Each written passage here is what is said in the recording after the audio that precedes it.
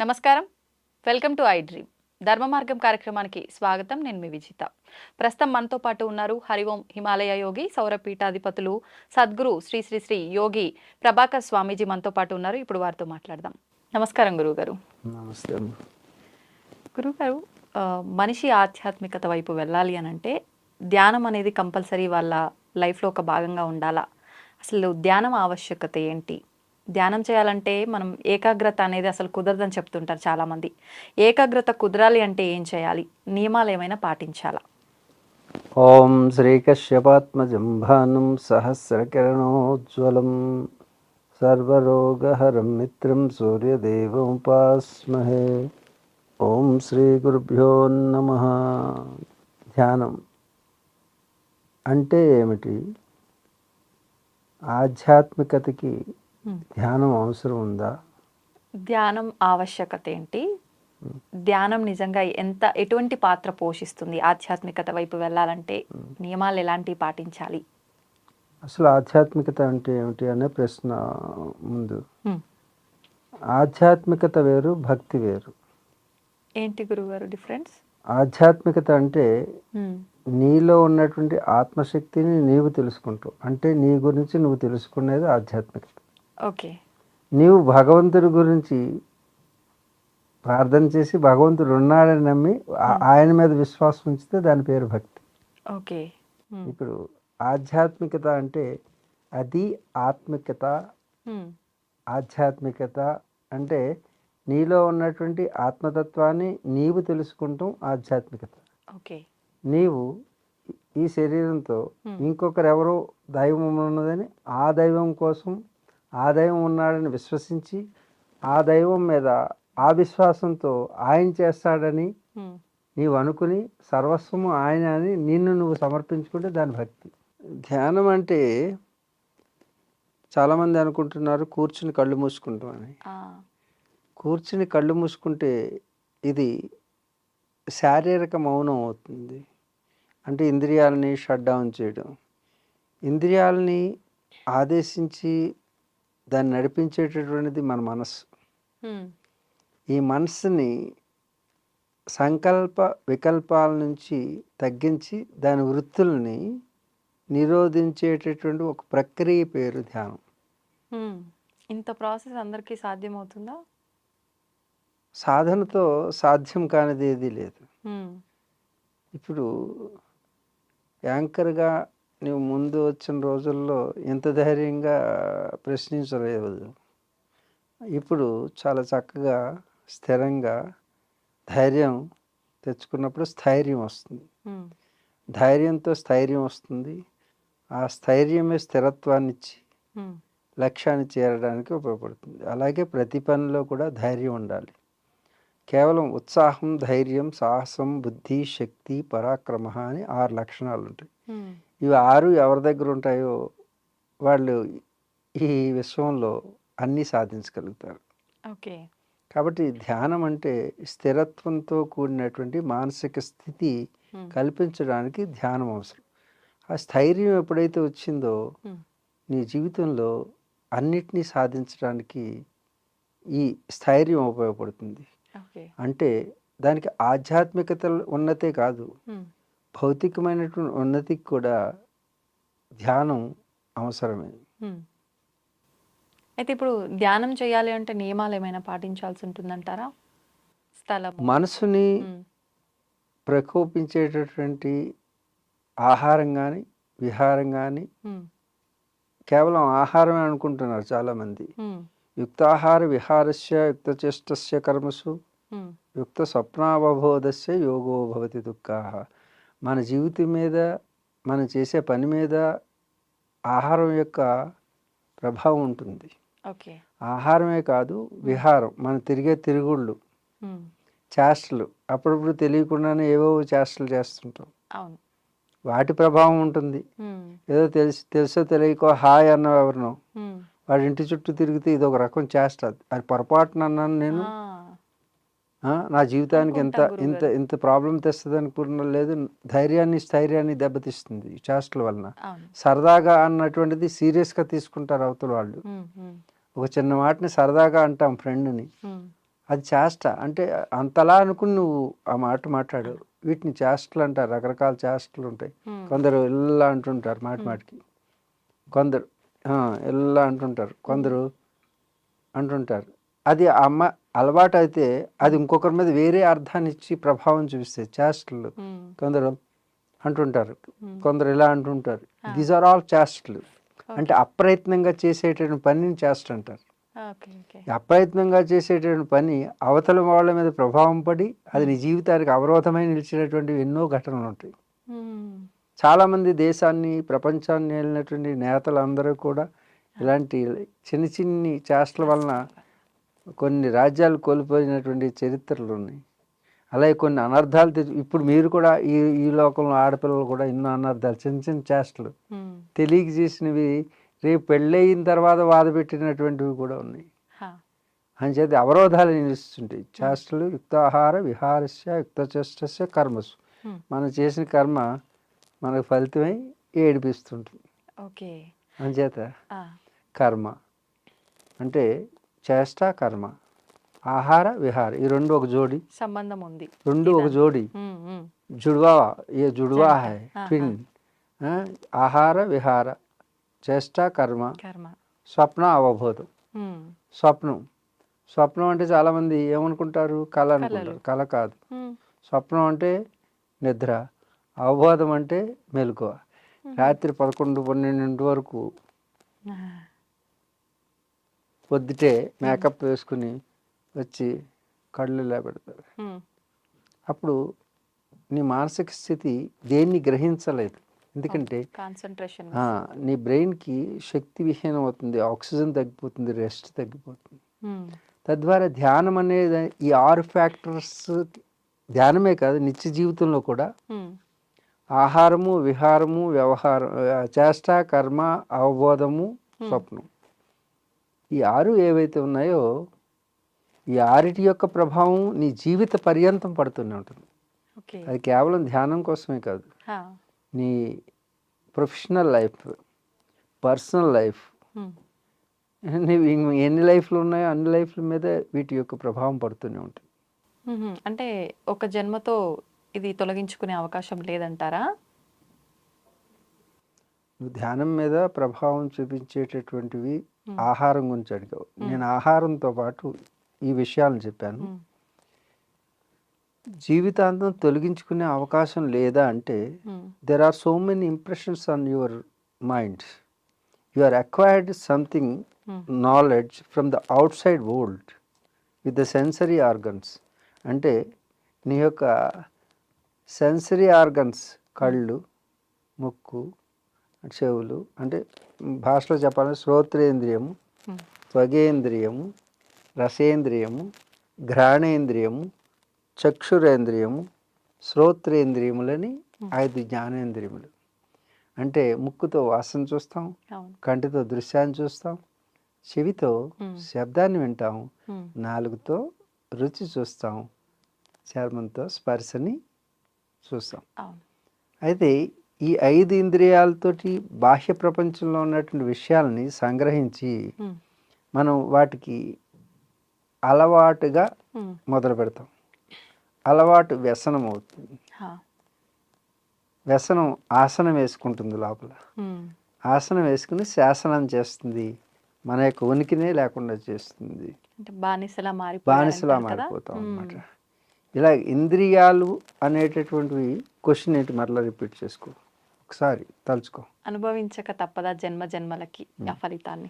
ఈ ఇంద్రియాలు తీసుకొచ్చినటువంటి జ్ఞానాన్ని లోపల పదే పదే పెట్టుకుంటే ఆ ముద్ర చెరిగిపోదు. It become a print. ఈ ప్రింట్ పడిన దాన్ని మీరు మెమరీలోకి వెళ్ళిపోతుంది, మెమరీలోకి సూక్ష్మంగా వెళ్ళిపోతుంది. వెళ్ళిపోయి అది ఆ మైక్రోచిప్లో ఏ విధంగా అయితే మనం ఇంత పెద్ద సెట్టింగ్ చిన్న దాంట్లోకి వెళ్ళి చిప్లో ఎలా దాక్కుంటుందో దాంట్లోకి వెళ్ళిపోయి సూక్ష్మం అయిపోతే దాని సంస్కారం అంటారు. ఈ సంస్కారం రికార్డెడ్గా ఉంటుంది. కెమెరా మారిపోయినా ఆ చిప్లో ఉన్నటువంటి డేటా మారదు. అలాగే ఈ శరీరం అనేటటువంటి ఈ ఇంద్రియజనితమైనటువంటి గ్యాడ్జెట్ పోయినప్పటికీ అంటే జన్మ అంటున్నావు చూసావు, అవును. జన్మ అంటే శరీరం పోయి ఇంకొక శరీరంలోకి వెళ్తావు నువ్వు అంతే. ఆ! ఇంకొక శరీరంలోకి వెళతావు. ఓకే. ఓకే. అంతేగాని ఇంక అంతకన్నా మార్పు ఏమీ లేదు. ఈ స్టూడియోని వదిలేసిన తర్వాత యాంకర్‌గా ఇంకో స్టూడియోలోకి వెళ్తావు. ఆ! ఇక్కడ ఉన్నటువంటి ఆలోచన విధానమే అక్కడ ఉంటుంది. పెద్ద ఏం మార్పు రాదు. కొంచెం అట్మాస్ఫియర్ మారుతుంది. పరిస్థితులు. ఆ! అంటే పరిసరాలు మారతాయి. తల్లిదండ్రులు మారచ్చు. హ్మ్. తల్లిదండ్రులు అంటే మనిషి తల్లిదండ్రులు రావచ్చు. హ్మ్. పశువు తల్లిదండ్రులు, పక్షి తల్లిదండ్రులు రావచ్చు. అంటే ఏ జన్మైనా ఈ తీసుకోవచ్చు. జన్మలోనైనా జంతువుగా అయినా, సరే మనిషిగా అయినా. నీవు చేసినటువంటి పాపం అనుభవించక తప్పదు. పుణ్యాన్ని అనుభవించక తప్పదు. హ్మ్. అంటే కర్మ ఫలితాన్ని ఎవరైనా అనుభవించాల్సిందే. ఎవరైనా అనుభవించాలి. హ్మ్. మరి అనుభవించక తప్పదు అన్నప్పుడు ఇప్పుడు రకరకాల పూజలు చేసి, పూజ చేయడం వల్ల ఈ దోషం పోతుంది, ఇది తొలగిపోతుంది, పాపాలు హరించుకుపోతాయి. ఇలా రకరకాలుగా చెప్తుంటారు కదా గురూజీ. మరి ఎలా సాధ్యపడుతుంది అలా కర్మలు తొలగించుకోవడం పూజల ద్వారా? ఇప్పుడు చేసిన పాపం నువ్వు ఎండలో నడుస్తున్నావమ్మా, ఎండలో నడుస్తుంటే ఎండ పడకుండా ఉండాలంటే ఎలా? ఏదో ఒకటి ఆధారం, గొడుగు. సేమ్ దట్ ఈస్ హ్మ్. ఆన్సర్. ఓకే. అంటే కేవలం ఎండని తప్పించలేవు, నీ హ్మ్. పాప ఫలితాన్ని తప్పించలేవు. కాకపోతే కాసేపు నీడని ఇచ్చి ఆ ప్రభావాన్ని తగ్గించేటటువంటి అవకాశాన్ని శాస్త్రాలు కల్పించారు. కానీ శాస్త్రులు చేసేది మాత్రం హ్మ్. ఆ అవకాశానికి అమ్ముకోవడం వలన నమ్ముకోకుండా హ్మ్. ఆ విశ్వాసాన్ని సరిగా అమలు చేయలేకపోతున్నారు. ఓకే. కాబట్టి ఈ ఫలితాలు అనేవి శాస్త్రం సరైనదే, హ్మ్. కానీ ఆ శాస్త్రాన్ని సరిగా అవగాహన చేసుకోకుండా వాటిని ప్రయోగించే శాస్త్రులు హ్మ్. లోపం ఉన్నది. ఆహా! అందుకు పూజలు ఫలితాలు ఇస్తాయా ఇవ్వా అంటే హ్మ్. సరైన వాళ్ళు చేస్తే ఫలితాలు ఇస్తాయి, శాస్త్రాన్ని సరిగా అవగాహన చేసుకున్న వాళ్ళు. హ్మ్. అదే కేవలం వేషధారణ, భాషధారణ చేసిన వాళ్ళు చేస్తే ఆ హ్మ్. ఫలితాలు రాకపోవచ్చు. కానీ ఓకే. శాస్త్రం చెప్పింది ఏదైతే ఉందో హ్మ్. అది కొంతవరకు ఉపశమనం ఇవ్వడానికి పూజలు, హ్మ్. యజ్ఞాలు, యాగాలు, హోమాలు ఉపయోగపడతాయి. ఓకే. ఇవి ఉపాయాలు కాదు, అవి హ్మ్. కేవలం సహాయకారణంగా ఉపయోగపడతాయి. హ్మ్. శాశ్వతంగా దూరం చేస్తాయి అని చెప్పలేం. ఓకే. అయితే గురూజీ మీరు ఇందాక కూడా చెప్పారు. కర్మ అనేది ఖచ్చితంగా మనం అంటే ఒక ఇల్లు నుంచి ఇంకో ఇల్లు ఎలా చేంజ్ అవుతామో బాడీ మారుతుంది తప్ప అంటే దానికి అనుభవించాల్సినవి ఏమి మారవని చెప్పి. అలా మారు. ఎన్ని జన్మల వరకు అవకాశం ఉంటుంది? తీరిపోయే వరకు ఉంటుందంటారా? అందుకే వేదంలో హ్మ్. జ్ఞానకాండ, కర్మకాండ అని 2 భాగాలు, హ్మ్. పూర్వోత్తర విభాగాలు అంటారు. హ్మ్. జ్ఞానకాండ ఎప్పుడు కూడా నీలో ఉన్నటువంటి దైవశక్తిని గురించి చెప్తుంది. కర్మకాండ ఎప్పుడు కూడా ఉపాసన మార్గాల గురించి, యజ్ఞయాగాది క్రతువుల గురించి చెప్తుంది. హ్మ్. జ్ఞానం సర్వశ్రేష్టమైనటువంటిది. హ్మ్. అంటే అల్టిమేట్ అన్నమాట. హా! దాంట్లో దేవతలు, దేవుళ్ళు వీళ్ళు ఎవరు ఉండరు. హ్మ్. నీవు ఎరుక కలిగి, నీవు జ్ఞానం కలిసి తెలుసుకోవాల్సింది తెలుసుకుంటే ఇంక తెలుసుకోవాల్సింది ఎవరు లేరు. నీవే హ్మ్. ఆ శక్తి స్వరూపంగా మారుతావు. ఓకే. ఇది జ్ఞానకాండ. కర్మకాండలోను ఆ స్థాయికి వెళ్ళలేని వాళ్ళకి హ్మ్. వాళ్ళు పాపం చేసుకోవడం వల్ల మానవ జన్మ వస్తుంది. పాప పుణ్యాల కలయిక. ఓకే. ఇప్పుడు మనిషిగా పుట్టినప్పుడు పాప పుణ్యాలు 2 బ్యాలెన్స్లు ఉండడం చేత ఆ! మనిషి శరీరం వస్తుంది. హుహు. కేవలం పాపం చేసినట్టయితే కళ్ళుంటాయి, హ్మ్. ముక్కుంటుంది, నోరుంటుంది, హ్మ్. దానికి తోక కూడా ఉండొచ్చు, 4 కాళ్ళ మీద నడవచ్చు ఓకే. ఆ! పాపం చేస్తే. ఓకే. అది రెక్కలు ఎగిరేటటువంటిది అయ్యి ఉండొచ్చు. పక్షి, జంతువు. ఆ, హ్మ్. ఇంకొంచెం బాగా పాపం చేస్తే, హ్మ్. బాగా పాపం చేస్తే ఆ! దానికి నోరు ఉండదు, హ్మ్. కళ్ళు ఉండదు, ముక్కు ఉండదు, తిరగడానికి కాళ్ళు ఉండవు. హ్మ్. వస్తువు. ఒక చేట నుంచుని అలా చూస్తుంటుంది. రాళ్ళు ఇసిరినా చూస్తుంటుంది. హ్మ్. రాళ్ళు ఇసిరితే పళ్ళు రాలగొట్టినా ఊరుకుంటుంది. పళ్ళు రాలుతుంటాయి. చెట్టు. ఓకే. అంటే ఎక్కువ పాపాలు చేసుకున్న వాళ్ళు చెట్టుగా పుడతారా? పాషాణమైనటువంటి జన్మ. ఆ! ఇంకా వీడు మూర్ఖాతి మూర్ఖుడిగా ప్రవర్తిస్తే మానవుడు హ్మ్. పాషాణంలా ఉన్నాడు వీడు అని అంటాం చూసావు. అవును. వీడికి నీతి జాతి ఏమీ ఏమీ లేదు. లేదు. ఆ! అన్నదమ్ములు, అక్క చెల్లు, చెల్లి, తల్లి ఏ తేడా ఉండదు వాడికి. హ్మ్. అలాంటి వాడు పాషాణ జన్మ అయినటువంటి పర్వతంగా పుడతాడు. ఓకే. అందుకే పర్వతాలు దేవుణ్ణి మోస్తుంటుంది ఎత్తి మీద పాపం ఆ! పోవాలని. ఆహా! ఎన్ని జన్మలు మోస్తుంటాయి, ఎన్ని యుగాలు మోస్తుంటాయి ఆ! అవును. తప్పు చేసామని తెలుసుకొని. హ్మ్. చెట్లు పాపం చేసామని తెలుసుకుని ఎవరు ఇవ్వకుండా చూడు, ఎవరికి ఏం పెట్టకుండా దాచుకుని ఎక్కడ అండర్ గ్రౌండ్లో పెట్టి చచ్చిపోతారు చూడు. హ్మ్. హ్మ్. ఎవరికి ఎవరు వాళ్ళు అవును. బ్రతికున్నది కాదు, వాళ్ళు తినరు, ఇంకొకరికి పెట్టరు. ఇంకొకరు పెట్టరు. వాళ్ళందరూ హ్మ్. ఎప్పుడు ఇస్తూనే ఉంటారు. ఆహా! వాళ్ళు ఎండలో నుంచుంటారు. పక్కన ఆస్తులన్నీ కొట్టేసిన వాళ్ళు ఇంకా చిన్న స్థలం చాలు అనుకుని ఆ! ఆ స్థలంలో ఉండి పెద్దగా ఎదిగి వాళ్ళ ఎండలో ఉండి పాపాన్ని మోస్తూ అందరికీ నీడనిస్తూ నీడనిస్తారు. పళ్ళిస్తూ ఆ, హ్మ్. జీవితాంతం వచ్చినవన్నీ పంచిపెడుతుంటారు. ఓకే. ఇప్పుడు పంచలేని వాళ్ళు ఆ! ఆ విధంగా నివృత్తి చేసు వాళ్ళకి ఎంతకాలం ఉంటారు. మనం అయితే 100 సంవత్సరాలు ఫినిష్ చేసుకుని వెళ్ళొచ్చు. హ్మ్. అవి 200 300 సంవత్సరాల చెట్లు అలాగే ఉండొచ్చు. హ్మ్. కాబట్టి చెట్టు జన్మ వస్తుంది. ఓకే. ఇది దేవ. ఇక హ్మ్. కేవలం పుణ్యం చేశారనుకో హ్మ్. స్వర్గలోకంకి వెళ్ళొచ్చు. హ్మ్. నన్ను చూడమ్మా, స్వర్గలోకానికి వెళ్ళొచ్చు. You also. ఆ! ఓకే. స్వర్గలోకం అంటే ఏం లేదు, ఇలాంటి లోకమే. హ్మ్. కాకపోతే హైదరాబాద్లో ఉండే పబ్ కల్చర్ ఉంటుంది. ఏంటి? ఆ! పబ్ కల్చర్ హ్మ్. స్వర్గంలో. హ్మ్. ఓకే. ఓన్లీ పబ్ కల్చరే ఉంటుంది. హ్మ్. స్వర్గంలో ఉండేది ఏంటంటే నాచ్ గానా. ఎంజాయ్‌మెంటా? నాచ్ గానా ఆ! అంటే అక్కడ ఎప్పుడు నాట్యం చేయడానికి 16,000 మంది అప్సరస్సులు ఉంటారు. ఓకే. ఉమ్. హ్మ్. దాంట్లో మీకు తెలుసు కదా, పరిచయం ఉన్నారా లేదా? రంభ, ఊర్వశి, హ్మ్. మేనక, త్రిలోత్తమ, హ్మ్. ఘృతాచి, అలాగే జ్యోతిలక్ష్మి, జయమాలిని, స్మిత, వీళ్ళందరూ ఎవరో ఉన్నారు కదా. ఆ! వీళ్ళందరూ అక్కడే ఉంటారు. ఓకే. ఉమ్. హ్మ్. వీళ్ళ దేవలోకం అంటే దేవలోకం అంటే అదేదో స్వర్గలోకం అంటే అందుకే అందరూ టికెట్లు తీసుకుంటున్నారు అన్ని మతాల్లో వాళ్ళు. హ్మ్. ముందే బుక్ చేసుకుంటున్నారు ఎందుకు? ఇక్కడ పొందనే అక్కడ ఫ్రీగా పొందొచ్చు. ఓకే. ఆ స్వర్గలోకం అంటే ఏదో అనుకుంటున్నారు. దేవతలు అంటే హ్మ్. మనుషుల కంటే మనుషుల్లో పుణ్యం చేసుకున్న వాళ్ళు స్వర్గలోకానికి వెళ్తారు. హుహుహు. స్వర్గలోకం అనేది గొప్పది కాదు. హ్మ్. అందుకే భారతీయ సనాతన సాంప్రదాయానికి స్వర్గలోకం అనేది కూడా ఒక చిన్న లోకం అంతే, చిన్ని లోకం. ఆ! అది ఇక్కడ కంటే ఎక్కువ భోగాలను అనిపించే లోకం. మనిషి జన్మ ముక్తిని పొందడానికి అవకాశం ఉంది. జైలు నుంచి విడుదల పొందొచ్చు ఇక్కడ. అవును. జైలు నుంచి విడుదల పొందేటటువంటి అవకాశం ఉంది. మనుషులకే ఉంది, హ్మ్. కానీ దేవతలకు లేదు. హ్మ్. దేవతలు ముక్తిని పొందలేరు, మోక్షాన్ని పొందలేరు. హ్మ్. అంచేత దేవలోకం ఏదో గొప్పదని చాలా మతాలు ప్రచారం చేసి ఆ మతాలకు సంబంధించిన వాళ్ళు టికెట్లు అమ్మేస్తున్నారు హ్మ్. పరలోకం కోసం అని. ఓకే. కానీ పరలోకం అంటే అది ఒక పొరలోకం. హ్మ్. ఈ లోకంలో ఎలాగైతే ఈ లోకంలో అయితే చట్టాలు ఉన్నాయి, అక్కడ ఏ చట్టాలు లేవు. హా! ఎవరితో ఎవరైనా తిరగచ్చు. హ్మ్. అన్నదమ్ములు అక్క చెల్లు వరుసలు లేవు అక్కడ. ఏమీ కూడా కళ్ళు ఇలా బ్లింక్ అవ్వవు అక్కడ. హ్మ్. అవి ఒక ప్లాస్మా బాడీతో ఉంటుంది. అంటే ఆహా! ఇది శరీరం ఉభయపది అంటారు ఇక్కడ. హ్మ్. ఇక్కడ తప్పు చేస్తే పాపం లెక్కల్లోకి వస్తుంది, అవును.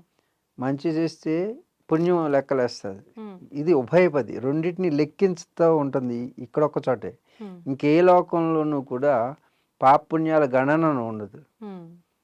అందుగురించి పైకి వెళ్ళిన వాళ్ళు అందరూ కూడా పుణ్యం చేసుకున్న వాళ్ళు. హుహు. పుణ్యం అయిపోయిన తర్వాత కిందకు వచ్చేస్తారు మళ్ళీ. దేవతలు కూడా మనిషి జన్మ ఎత్తాలి మళ్ళీ. దేవతలు కూడా. క్షీణే పుణ్యే హ్మ్. మత్స్యలోకం విశంతి అని చెప్పారు. హుహు. అంటే పుణ్యం క్షీణించిన తర్వాత వాళ్ళు, అంటే వీసా డేట్ అయిపోయిన తర్వాత అమెరికా నుంచి తిరిగి వచ్చేసినట్టు, హ్మ్. సింగపూర్ నుంచి తిరిగి వచ్చేసినట్టు, మలేషియా నుంచి హా! ఆ మసాజ్ సెంటర్ నుంచి తిరిగి వచ్చినట్టు, ఈ విధంగానే ఉంటుంది స్వర్గం. ఓకే. అయితే స్వర్గం, నరకం ఉంది. ఆహా, హ్మ్. ఏమీ లేదమ్మా. ఈ భూలోకం ఉందా లేదా? మనం ఇక్కడ ఉన్నాం కాబట్టి తెలిసింది. హ్మ్. అక్కడ ఉన్న వాళ్ళు ఎవరు ఏంటి అనేది కూడా మనకి శాస్త్రాల్లో ఉంది కదా. హ్మ్. హ్మ్. అక్కడ విద్యాధరులు ఉన్నారు, అశ్విని దేవతలు ఉన్నారు, హ్మ్. కిన్నెరలు ఉన్నారు, కింపురుషులు ఉన్నారు, గంధర్వులు ఉన్నారు. అంటే గంధర్వులు అంటే పాటలు పాడేవాళ్ళు, ఆహా! అశ్విని సింగర్స్. దేవతలు అంటే డాక్టర్స్. ఓకే. అంటే దేవతలకి సంబంధించినటువంటి సెటప్ అంతా ఉంది. ఆ! వాళ్ళందరూ డాక్టర్స్ ఉన్నారు, లాయర్స్ ఉన్నారు. మరి వీళ్ళందరూ వాళ్ళకి ఎందుకంటే డాక్టర్స్ ఎందుకు? దేవతలకి వాళ్ళకి జబ్బులు ఎందుకండి చేస్తాయా? డాక్టర్లు అంటే వాళ్ళకు కూడా కొన్ని రకాలైనటువంటి వ్యాధులు రావచ్చు. దేవతలకు కూడా. దేవతలకు కూడా ఆ! ఎందుకంటే చేసే పనులను బట్టి హ్మ్. అక్కడ రావచ్చు. మ్మ్. దేవగురువు బృహస్పతి ఉన్నాడు, రాక్షసుల గురువు. మ్మ్. ఆ? వీళ్ళందరూ కూడా గురువులు ఉన్నారు. మ్మ్. వాళ్ళు అక్కడ కూడా ఆయుధాలు తయారు చేస్తారు, ఆయుధాల కర్మాగారం ఉంది, యుద్ధాలు చేస్తారు. వాళ్ళు కూడా వాళ్ళ మీద కూడా రాక్షసులు యుద్ధానికి వెళ్తారు. వాళ్ళన్నీ మంత్రం శక్తితోటే చేస్తారు కదా, ఆ, వాళ్ళు కూడా ఆ, ఆయుధంతో కూడా మనకు కూడా చేసుకుంటారా? ఉన్నాయి కదా అస్త్రశస్త్రాలని. మ్మ్. అస్త్రములు అంటే అస్త్రములు శస్త్రములు, మనకు కూడా అస్త్రాలు శస్త్రాలని. మ్మ్. శస్త్రం అంటే ఏమిటంటే కత్తి, దాని పదును, దాని యొక్క దీన్ని బట్టి, సామర్థ్యాన్ని బట్టి మ్మ్. అవతల వాడి మీద యుద్ధం చేస్తుంది. అస్త్రాలు అంటే ఓన్లీ మంత్రబలంతో పనిచేస్తుంది. ఓకే. గడ్డిపరకు మీద మంత్రం అభిమంత్రించితే గడ్డిపరకు బ్రహ్మాస్త్రం అవుతుంది. ఓ. ఏ మంత్రం చదివేమో ఆ శక్తి దానికి వస్తుంది అనమాట. అస్త్రశస్త్రాల్లో ఉండేటటువంటి గొప్పతనం అస్త్రాలు శస్త్రాలు. మ్మ్. ఇప్పుడు కూడా మనం ఒకసారి అస్త్రం అంటే మన చేతితోటి మన బలంతో పనిచేస్తుంది. మ్మ్. శస్త్రం అంటే, ఆ. అస్త్రం అంటే మన తపోశక్తితో పనిచేస్తుంది, మంత్రబలంతో పనిచేస్తుంది. మ్మ్. ఇవి అస్త్రాలు శస్త్రాలు ఆ ఓకే. రోజుల్లో ఉన్నాయి. ఎంత అయితే దూరం అయినా ప్రయాణం చేస్తాయి. అవి కూడా అంతరిక్షంలోనే అస్త్రాలు వెళ్ళి పనిచేస్తాయి. ఇప్పుడు మన వాళ్ళు అస్త్రాలు వేస్తే నాగాసాకి జపాన్లో, మ్మ్. మ్మ్. హిరోషిమా పూర్తిగా పోయింది. ఆ. అవి అలా కాదు. వీళ్ళు అస్త్రాలు ప్రయోగించుకుంటే ఆకాశంలోకి వెళ్ళి అంతరిక్షంలోకి వెళ్ళి అంతరిక్షంలో ఫైట్ చేస్తాయి. మ్మ్. కింద ఎవరికి వాటి యొక్క ప్రభావం పడనివ్వదు. మ్మ్. కానీ ఇప్పుడు ఈ అణ్వస్త్రాలన్నీ కూడా ఈ ప్రపంచ దేశాలు తయారు చేసే అణ్వస్త్రాలు మొత్తం భూమినే పేల్చి పడేస్తాయి. మ్మ్. ఇది వినాశనానికి దారితీస్తుంది. కానీ అది మంత్రబద్ధం, ఇది యంత్రబద్ధం. మ్మ్. ఇప్పుడు ఈ మధ్యకాలంలో అంతా జల ప్రళయాలు జరిగాయి కదా గురువుగారు, ఆ ప్రళయాలు జరిగినప్పుడు అంటే ఈ యుగాంతం రాబోతోంది, అంతా అంతం అవబోతోంది, మళ్ళీ ఇలాంటి జల ప్రళయాలు ఇంకా పెద్ద పెద్దవి రాబోతున్నాయి, దీని తర్వాత మొత్తం అంతం అని చెప్పి అన్నారు కదా, అసలు ఎప్పుడుంది అంతం అనేది? నిజంగా యుగాంతం ఉందా? అసలు ఈ యుగాంతం ఇప్పుడు వచ్చే ఇప్పుడప్పుడే లేదు. మ్మ్. ఇది ఎన్ని వేల సంవత్సరాలు జరిగింది కలియుగంలో అంటే 5200 సంవత్సరాలు జరిగింది మ్మ్. ఇప్పటికి. ఓకే.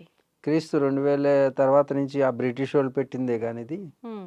మనకి భారతీయ కాలమానం ప్రకారం, మ్మ్. మన క్యాలెండర్ ప్రకారం 5000 సంవత్సరాల దగ్గర కృష్ణుడు చనిపోయిన దగ్గర నుంచి మనకి లెక్క ఓకే. వస్తుంది. ఓకే.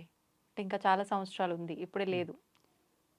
ఇది భరతవర్షే మ్మ్. భరతఖండే, ఈ భరతఖండంలో కలియుగే ప్రథమ పాదే జంబూద్వీపే భరతవర్షే భరతఖండే అని మన మంత్రం చదువుతుంటాం సంకల్పం. మ్మ్. అంటే ప్రథమ పాదంలోనే ఉన్నాము. ఇంక ప్రథమ పాదం అంటే 4,32,000 సంవత్సరాల కలియుగం వయసు.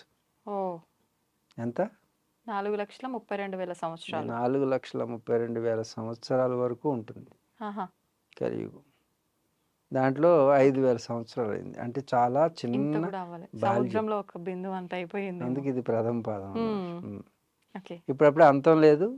కానీ మ్మ్. ప్రతి 100 సంవత్సరాలకి ఇలా విపత్తులు జరుగుతుంటే సైకిల్ స్టార్ట్ అవుతుంటాయి. మ్మ్. చిన్న చిన్న సైకిల్స్ అన్నమాట. చిన్న ఆహా. చిన్న అంతాలు అలా తిరుగుతుంటాయి. ఓకే. అంటే each and every energy cycles ఉంటాయి, అంటే పవర్ సైకిల్స్. మ్మ్.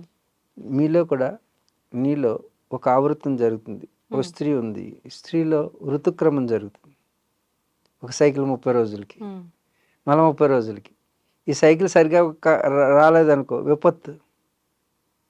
ఇది చివరికి వచ్చేసరికి డ్యామేజ్ అవుతుంది. మ్మ్. మ్మ్.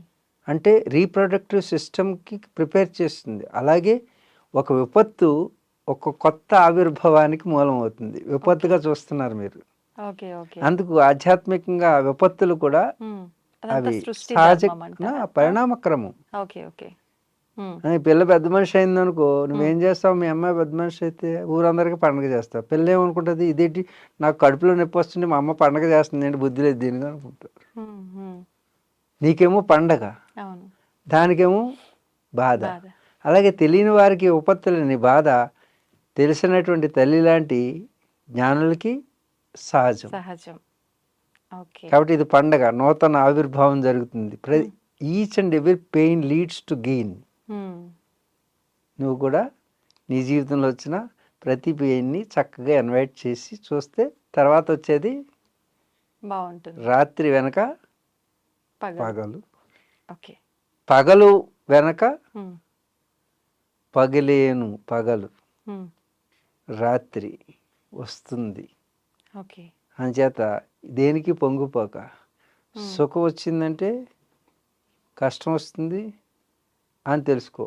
హ్మ్. సుఖం వచ్చిన వెంటనే నువ్వు పొంగిపోయి హుర్రే అన్నావు అనుకో, సుఖం లీడ్స్ టు కష్టం. హా. ఉమ్? కష్టం లీడ్స్ టు సుఖం. ఇది పరిణామక్రమం. ఇది అన్ని ఒక చక్రం, కాలచక్రం. ఓకే. కాబట్టి సుఖాలు వచ్చినప్పుడు చాలా జాగ్రత్తగా పొంగిపోకుండా జాగ్రత్తగా ఉండడం, హ్మ్. దుఃఖాలు వచ్చినప్పుడు కుంగిపోకుండా ఉండడం. దీన్నే సమత్వం యోగ ఉచ్యతే అంటారు, balance state of mind. Okay. కాబట్టి ప్రతి కష్టం సుఖానికి సోపానం, హ్మ్. ప్రతి సుఖం కష్టానికి కారణమవుతుంది. ఓకే. తస్మాత్ జాగ్రత్త. ఇది తెలుసుకుని మసలే వాళ్ళే జ్ఞానులు. హ్మ్.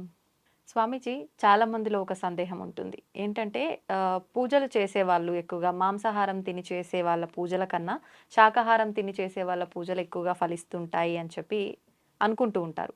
నిజంగా ఇది నమ్మొచ్చంటారా? అంటే ఇది సాధారణంగా చాలామందికి ఉన్నటువంటి సమస్య. హ్మ్.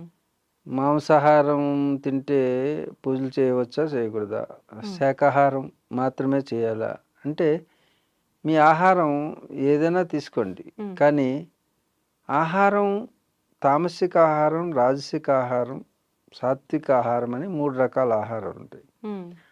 సాత్వికమైనటువంటి ఆహారం తీసుకుంటే ఏమవుతుందంటే కొంచెం త్వరగా జీర్ణమయ్యి, ఇప్పుడు లోడ్ పెరక్క సహజంగా జీర్ణమయ్యి నిద్ర రాకుండా మనసు నిద్ర వచ్చిందనుకో మీరు కాన్సన్ట్రేట్ చేయలేరు, దేని మీద మనసు నిలవదు. అవును. ఆ ప్రాతిపదికన ఆహారం మీకు కొంచెం ముఖ్యమైనటువంటి కార్యాలు చేసేటప్పుడు సాధనకు సంబంధించినటువంటి విషయాల్లో సాత్విక ఆహారం తీసుకుంటే హ్మ్. దానివలన స్థిరత్వం వస్తుంది, మానసిక స్థిరత్వం వస్తుంది. ఓకే. స్థిరత్వం కలిగిన వాళ్ళే లక్ష్యాన్ని సాధించగలుగుతారు. హ్మ్. అయితే మీరు పెద్ద పెద్ద యోగులు అయిపోవాలి, ఏదో పూజ చేసుకునే వాళ్ళు మనసు నిలవదు కాబట్టి నిలపడం కోసమని అది పెట్టారు కానీ రిస్ట్రిక్షన్. హ్మ్. ఒకవేళ నీవు మీ ఆహారం తింటేనే ఈజీగా డైజెస్ట్ అవుతుందండి, నేను తోటకూర తింటేనేమో అరగట్లేదు, నాకు గ్యాస్ వచ్చేస్తుందని చాలామంది అంటారు. ఎందుకంటే సాత్విక ఆహారం నీ డిఎన్ఏ తినేటటువంటి సింహానికి గడ్డి పెడితే ఆవు కాదు. ఓకే. అంచేత మీరు అందరూ non vegetarian based DNA hormonal releases అంటే సిక్రెషన్ ఉన్నప్పుడు కొందరికి మాంసం ఏమో త్వరగా అరుగుతుంది, తింటే హుషారుగా ఉంటారు. ఉంటారు. అదే ఈ ఏదో ప్రసాదం పేరుతో అవి ఇవి పెడితే హుషారు ఉండదు, నిద్ర వచ్చేస్తుంటుంది వీళ్ళకి. అవును. అందుగురించి డైట్ అనేది కామన్ డైట్ అంటూ ఏది లేదు. హ్మ్. అందుకు కాలమాన దేశ పరిస్థితులను బట్టి మీకు ఆహారం నిర్దేశించబడుతుంది. దాని కులం, జాతి, మతం అన్నీ ఉంటాయి. ఆ. కాబట్టి ఎవరెవరు అంటే జాతి అంటే కులం అంటే ఇవన్నీ ఏమిటంటే వృత్తులు. హ్మ్. అవి అలా విడదీసి విచక్షణతో చూడకుండా పెద్దగాను. ఏ కులం వృత్తి వారు ఆ పని చేస్తారు. ఆ పనికి సంబంధించిన డైట్ ప్రకృతి ఏర్పాటు చేస్తుంది. అంటే ప్రకృతిలోనే వాళ్ళకి అది తినాలనిపిస్తుంది. హ్మ్. అందుకని మీ శరీరం ఏది చెబుతుందో దాన్ని జాగ్రత్తగా విజ్ఞతతో విశ్లేషించి మీ డైట్ నిర్ణయించుకోండి. ఎవరో అది తినమన్నారు, ఇది తినమన్నారు, అవేంటివి ఏంటమ్మా మిల్లెట్స్. మిల్లెట్లు తినమన్నారు, బుల్లెట్లు తినమన్నారు, అలా తినకండి. మీ శరీరానికి దానికి న్యాయం తెలుసు, మీరు ఏ సాధన చేస్తున్నారో మీ శరీరానికి తెలుసు. కాబట్టి ఏ వృత్తి చేస్తున్నారు ఆ వృత్తికి సంబంధించిందే అడుగుతుంది శరీరం. ఓకే. అంటే తప్పు లేదంటారా మాంసాహారం తీసుకోవడం? మాంసాహారం అదే చెప్తున్నా, మీరు అందరూ యోగులు కాదు. మీరు లక్ష్యమైనటువంటి మోక్షాన్ని సాధించడానికి ఏ ఏ సాధనలు ఉన్నాయో ఆ సాధనకు సంబంధించిన భోజనం చేయాలి. ఓకే. అందుకే మనకి ఇప్పుడు ఈ దేవికి ఈ నవరాత్రులు చూడండి, ఒక్కొక్క దేవికి ఒక్కొక్క రకమైనటువంటి ఆహారం పెడుతున్నారు. అవును. మరి అందరికీ కామన్ డైట్ పెట్టచ్చు కదా, అన్నీ ఏ తోటకూర కాళ్ళు పెట్టేయచ్చు కదా మొత్తానికి దేవికి. ఒక్కొక్క దేవికి ఒక్కొక్క ఆహారం, ప్రీతికరమైన ఆహారం, ఆ నైవేద్యం. అలాగ ఏ పని చేస్తుందో ఆ దేవి అప్పుడు ఈ దేవి ఆ దేవి ఏ పని చేస్తుందో ఆ పనికి తగినటువంటి ఆహారం మీరు సెలెక్ట్ చేసుకోవాలి. ఓకే. అంతేగాని మీరు చేసేటటువంటి వృత్తి ఏది దాన్ని బట్టి ఆహారం ఉంటుంది. అలాగే మీరు టిబెట్లో ఉన్నారనుకో, అక్కడ ఉన్నటువంటి సాధకులందరూ కూడా మ్యాక్సిమం మాంసాహారమే తీసుకుంటారు యోగులందరూ. అవును. మేము గురుదక్షిణగా కూడా ఇచ్చేది మాంసాహారమే. ఆహా! మాంసాహారమే కాదు, హ్మ్. మద్యం కూడా ఇస్తాం. ఓహ్! అక్కడేంటి -డిగ్రీస్‌లో ఉంటుంది హ్మ్. చలి. అప్పుడు మీలాగా ఈ పప్పు అన్నం ఇవి తింటే ఆ లోపలే ఉండిపోతుంది, కరగదది. ఆహాహా! ఎందుకంటే అది కూడా చలవ చేస్తుంది కాబట్టి. ఓకే. -డిగ్రీలు ప్లస్ చలవ చేసే ఆహారం ఈజ్ ఈక్వల్ టు మరణం. ఆ! అంచేత అక్కడ వేడెక్కించేటటువంటి ఆహారం పదార్థాలు కావాలి. తీసుకోవాలి. అక్కడ యాక్ మాంసం, యాక్ ఉంటుంది కదా! యాక్ మాంసం ఉంటుంది. అలాగే మనకి ఈ డ్రై ఫిష్ అంటే యాక్ యొక్క చర్మాన్ని పలచగా కోసి అవి ఎండబెడతారు. ఆ! ఎండబెట్టి అవి దాచుకుని అవి తింటారు. హుహు. ఇలాంటి అంటే ప్రాంతాన్ని బట్టి మీ యొక్క DNA అంటే మీ కులం, ఆరిజిన్ బట్టి హ్మ్. మీ ఆహారం నిర్దేశించుకుని మీ శరీరంలో ఏ ఆహారం అయితే మీకు ఉపయోగపడుతుందో, ఏది శక్తినిస్తుందో ఆయా ఆహారం తీసుకోండి. అందరూ శాకాహారం తీసుకుంటే హ్మ్. శాఖలే దొరకకుండా పోతాయి రేపొద్దుట. వంకాయ ఖరీదు చాలా ఎక్కువ అవుతుంది. అవును. అందుగురించి ఇది కూడా ఒక రకంగా సామాజికమైనటువంటి హ్మ్. సమాజంలో ఉన్నటువంటి వ్యక్తులు ఆహారం ఒకటే తిన్నారనుకో దాని రేటు పెరిగిపోతుంది. అవును.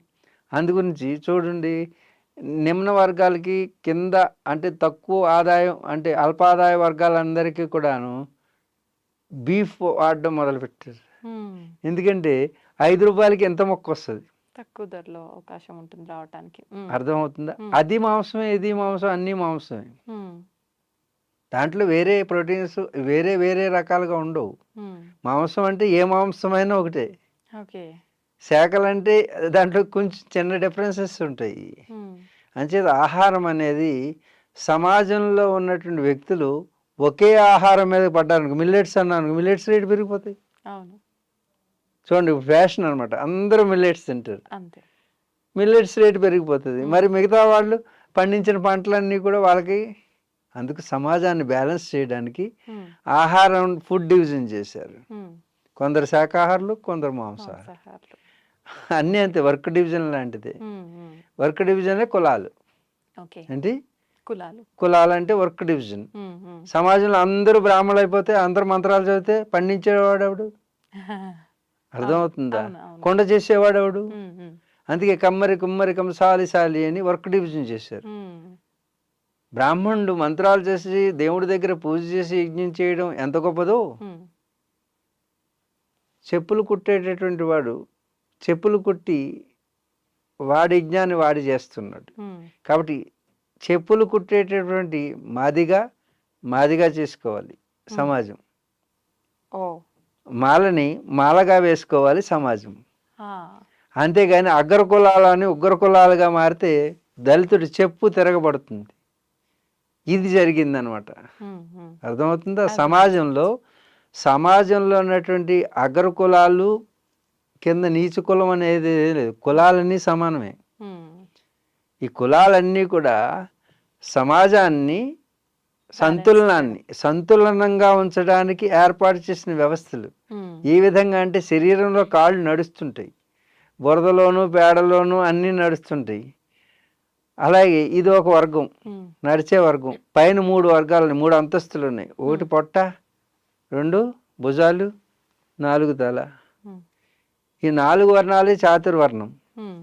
చాతుర్వర్ణం మయా సృష్టం గుణకర్మ విభాగశః according to their capacity and calibre. హా! వర్క్ డివిజన్ జరిగింది. కాళ్ళకి నడిచేటటువంటిది ఇచ్చాం. అవును. అర్థమైందా? పొట్టకి లోపలంతా డైలీ. ఏది నువ్వు వెళ్ళినా సరే ఈ శరీరంలో ఇక్కడికి వెళ్ళిపోతుంది. హ్మ్. వెళ్ళిన తర్వాత గోరికి ఏం కావాలి, కంటికి ఏం కావాలి, కంటి రెప్పకి ఏం కావాలి, నల్లగుడ్డుకి ఏం కావాలి, తెల్లగుడ్డుకి ఏం కావాలి, చెవికి ఏం కావాలి, పన్నుకి ఏం కావాలి, ఎముకకి ఏం కావాలి, గోరికి ఏం కావాలి. హ్మ్. నఖశిఖ పర్యంతం అంటే శిఖ అంటే ఈ యొక్క ఎంట్రుక నుంచి హ్మ్. కాలిగోటు వరకు దేనికి ఏది కావాలి, ఏదైనా నువ్వు తిను. యాహ్! దాంట్లో ఇవన్నీ విభజించి సమానంగా పంచేది, వ్యాపారం చేసేది ఇది వైశ్య. హ్మ్. ఏంటి? వైశ్య.